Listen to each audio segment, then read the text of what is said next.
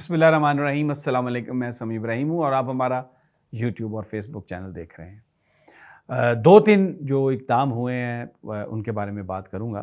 ایک تو نادرا کے حوالے سے حکومت پر بہت سارے لوگ کرٹیسزم کر رہے ہیں کہ جی آپ نے ایک حاضر سروس جنرل کو نادرا کا چیئرمین کیوں بنایا؟ جو فوج ہے اس کا کوئی کام نہیں ہے اور نادرا ایک سویلین ادارہ ہے اور اس کا جو نظم و نسق ہے وہ سویلینز کے پاس ہی ہونا چاہیے۔ اچھا، اس سے پہلے طارق ملک صاحب نے اس ادارے کو بنایا بھی تھا اور پھر وہ 2 دفعہ اس کے چیئرمین بھی رہے۔ بہت کمپیٹنٹ آدمی، بہت انہوں نے نئی سروسز جو ہیں وہ دیں نادرا کو، جو پاکستان نے بیچیں۔ مختلف جو ممالک افریقہ کے، ایشیا کے دوسرے وہ کلائنٹ بنے پاکستان کے اور بڑا ایک زبردست کام کیا۔ طارق ملک سے بہتر نادرا کا کوئی چیئرمین نہیں ہو سکتا تھا، اور وہ آئی ٹی کے تھے، لیکن ان کا پرابلم یہ تھا کہ وہ محترمہ بے نظیر بھٹو کے نزدیک تھے۔ ان کی چوائس تھے اگر محترمہ زندہ ہوتی تو وہ منسٹر فار آئی ٹی ہوتے۔ پھر اس کے بعد زرداری صاحب نے انہیں لگا دیا نادرا کا chairman, and he delivered. Imran Khan بھی بہت انہیں پسند کرتے تھے، پروفیسر فتح محمد ملک کے وہ صاحبزادے، تو ان کو نادرا کا چیئرمین لگایا گیا۔ لیکن چودھری نثار علی اور جو نون لیگی ہیں انہوں نے کبھی ان کو پسند نہیں کیا، تو ان کو پھر ہٹایا گیا۔ اچھا، اب نادرا کا جو چیئرمین ہے وہ ایک فوجی کو، جنرل کو لگایا گیا۔ دیکھیں اس کی وجہ کیا ہے، میں نے بہت ساری اس کی تحقیق کی۔ 2 چیزیں ہیں۔ پاکستان نے یہ فیصلہ کیا ہے کہ جو افغان ہیں، انلیگل افغان جو ہیں، جو انڈاکومنٹڈ ہے، جنہوں نے پیسے دے کے تو اپنے شناختی کارڈ بنائے، ان کو یہاں سے نکالا جائے۔ یہ ایک بہت بڑا فریضہ ہے۔ جو ہماری پولیٹیکل اس وقت ایلیٹ ہے، جو سیاستدان ہیں، جو مثلا مولانا فضل الرحمان ہیں کے پی کے، اور یہ بلوچستان اور یہاں پر بہت سارے جو افغان ہیں ان کے جعلی شناختی کارڈ بنے، تو ان کا جو الائنس ہے وہ ہے نون لیگ کے ساتھ۔ پی ڈی ایم کی حکومت میں یہ رہے 14 مہینے میں، تو سیاسی مصلحتوں کی وجہ سے اس بات کا بڑا امکان تھا کہ افغانیوں کو، شاید ان افغانیوں کو جو انلیگل تھے، جن کے جعلی شناختی کارڈ ہیں، ان کے وہ کارڈ نہ کینسل کیے جائیں اور وہ یہیں پر ہی رہ جائیں، کیونکہ سیاست میں لوگوں کو ووٹ لینے ہوتے ہیں، تو بہت سارے جو اراکین ان جماعتوں سے وابستہ ہیں وہ اپنا ووٹ لینے کے لیے ان لوگوں کے شناختی کارڈ کینسل نہیں کریں گے۔ تو یہ ایک بڑا قدم تھا اور اس کے لیے جو فیصلہ ہے بظاہر مجھے یہ ٹھیک لگتا ہے کہ لیکن یہ بہت بڑا فیصلہ تھا اور بہت سارے لوگوں کے نزدیک یہ ایک اچھا فیصلہ ہے۔ کچھ اس پر کرٹیسزم بھی کرتے ہیں کہ سویلینز جو ہیں وہ بھی اسی طرح ڈیلیور کر سکتے ہیں، لیکن جو صورتحال ہے اس میں ایسا لگتا ہے کہ اس کے جو نتائج ہیں وہ بہتر اس کے نتائج آ جائیں گے۔ لیکن اب سوال جو اس میں ایک جو بہت بڑا سوال ہے کہ یہ کیونکہ افغانیوں کو واپس بھیجنا ایک بہت بڑا سٹیپ ہے، یہ نگران حکومت کا کام نہیں ہے، وہ تو ڈے ٹو ڈے افیئرز کے لیے آئے ہیں۔ تو اگر ان کو انلیگل افغانیوں کو نکالنا بھی تھا جو لاکھوں کی تعداد میں تھے، تو انتظار کیا جاتا اور منتخب حکومت کے ذمہ یہ کام لگایا جاتا۔ یہ نگران حکومت، اس کے ذمہ کام لگا دیا گیا اور پھر اتنا ایک میجر ڈیسیژن ان سے کروا لیا گیا۔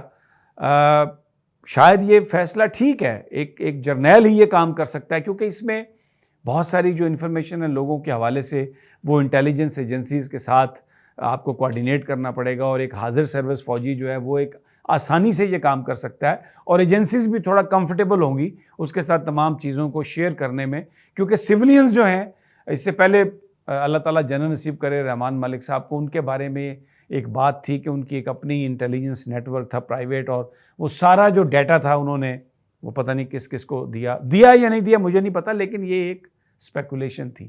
تو شاید اس چیز کو، اس لیکیج کو روکنے کے لیے، اس انفارمیشن کو سیکیور رکھنے کے لیے یہ سارا کام کیا گیا ہے۔ لیکن غیر منتخب حکومت، ایک نگران حکومت جس کا کام صرف الیکشن کرانا ہے، وہ الیکشن تو کرا نہیں رہی جو اس کا اپنا کام ہے، اور اس کے ذمے یہ کام کر دینے، یہ ایک ایسا ہے جو شاید اگر یہ نہ کیا جاتا تو بہتر ہوتا، اور یہ نگران کے مینڈیٹ سے یہ بڑھ کے ہے۔ اور افغانستان والے بھی کہہ رہے ہیں کہ کوئی واپس نہیں آ سکتا، پورے ملک میں، پوری دنیا میں اس سے ایک کوہرام مچ گیا ہے۔ تو پھر حکومت نے اس کو کلیریفائی بھی کیا ہے کہ جو افغان انلیگل ہیں، انڈاکومنٹڈ ہیں، ان کو موقع دیا جا رہا ہے کہ وہ اپنا ڈاکومنٹیشن کروا لیں otherwise they will have to go. اور یہ سب ملک یہی کرتے ہیں اور میرا خیال ہے یہ فیصلہ ٹھیک ہے, لیکن نگران حکومت کا یہ کام نہیں تھا. اب ایک دوسرا کام جو ہوا, crack down on dollar exchange companies. یہ جو ڈالر اتنا زیادہ اسپیکولیشن کیا سرائیوں کی بنیاد پر مہنگا ہوا, ڈالر جو ہے یہ 340 روپے تک پہنچ گیا اور انٹر بینک ریٹ جو تھا اس کا 308 روپے تک چلا گیا. غضب خدا کا. لیکن پھر ایک بڑا صحیح فیصلہ کہ آپ نے ڈالر پہ کریک ڈاؤن کیا, اس کا credit goes to Pakistan army.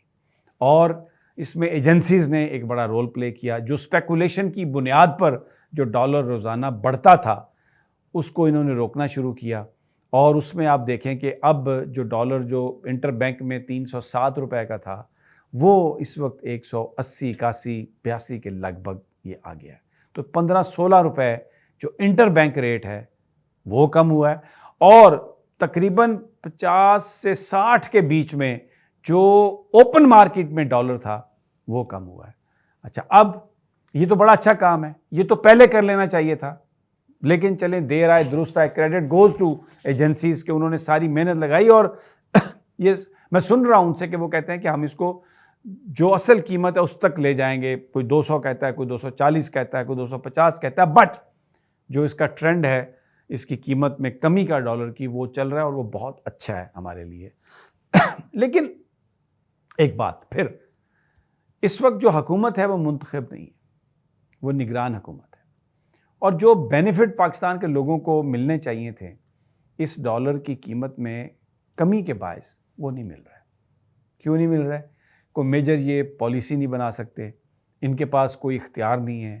یہ جو لوگ ہیں ان کے پاس وہ ویژن نہیں ہے, ان کے پاس کوئی پروگرام نہیں ہے. تو اگر یہ اچھا کیا آپ نے اس میں ڈالر میں آپریشن کیا ایکسکیوز می, اور اس میں کمی ہوئی, لیکن انفارچونیٹلی اس کا فائدہ نگرانوں کی وجہ سے پورا نہیں ہو سکا, اٹھایا نہیں جا سکا. کوئی کریک ڈاؤن نہیں, قیمتوں کی کمی کے لیے کسی کو نہیں پکڑا گیا. اگر الیکشن ٹائم پر ہو جاتے یا ہو جائیں اور ایک منتخب حکومت آ جائے اور اسی طرح ڈالر کی جو پرائس ہے وہ کم ہوتی رہی اور پیسے کی قدر میں اضافہ ہوتا رہا روپے کی قدر میں, تو پاکستان کے لوگ اس کا حقیقی بینیفٹ جو ہے وہ اٹھا سکیں گے. تو یہ ایک اچھا کام جو ہے یہ ابھی تک اتنے نتائج اپنے نہیں دے سکا نگران حکومت کے ہونے کی وجہ سے. اگر منتخب حکومت ہو تو یہ بہت بہتر اس کے نتائج ہوں گے. تو اس لیے اگر الیکشنز اپنے ٹائم پر ہوں, کیونکہ الیکشن کمیشن کے ذرائع تو یہ کہہ رہے ہیں کہ الیکشن ٹائم پر نہیں ہوں گے, اور اب جو لیٹسٹ ہے وہ یہ ہے کہ عدالت نے ایک سٹے بھی دے دیا ہے, کیونکہ اسٹیٹ بینک نے کہا تھا کہ جو فوریکس ایکسچینج کمپنیز ہیں وہ اپنا کام بند کریں, اور ایک کیپٹل کی لمٹ لگا دی کہ اتنی لمٹ میں ہونا چاہیے. وہ بھی غیر قانونی کام تھا. آپ کسی کو اگر اس کے پاس کم پیسے ہیں تو کاروبار پر پابندی نہیں لگا سکتے. اسمگلنگ آپ نے روکنی ہے, اسمگلنگ آپ روک سکتے ہیں, وہ آپ روکیں. ان فوریکس ایکسچینج کمپنیز کی موجودگی میں آپ نے وہ اسمگلنگ روکی ہے. تو کسی کو, اور وہ سینکڑوں ہزاروں خاندان جو ہیں ان کو کاروبار سے نکالنا اور یہ پھر سارا صرف بینکوں کو دینا, یا اے گریڈ ایکسچینج کمپنیاں جن کے پاس 50 کروڑ کا سرمایہ. اس کا مطلب تو یہ ہے کہ آپ اس ملک میں صرف اس کو کاروبار کی اجازت دے رہے ہیں جس کے پاس سرمایہ زیادہ ہے, اور جو کم سرمایہ سے کام کرنا چاہتا ہے وہ یہاں پر اس کو رہنے کی یا کاروبار کرنے کی ہمت نہیں. یہ آئین پاکستان کے خلاف ہے. لیکن hats of two Peshawar high court جنہوں نے سٹے دیا اور اسٹیٹ بینک کو مجبور کیا کہ آپ صحیح قدم اٹھائیں. اگلی ویڈیو تک اجازت, اللہ نے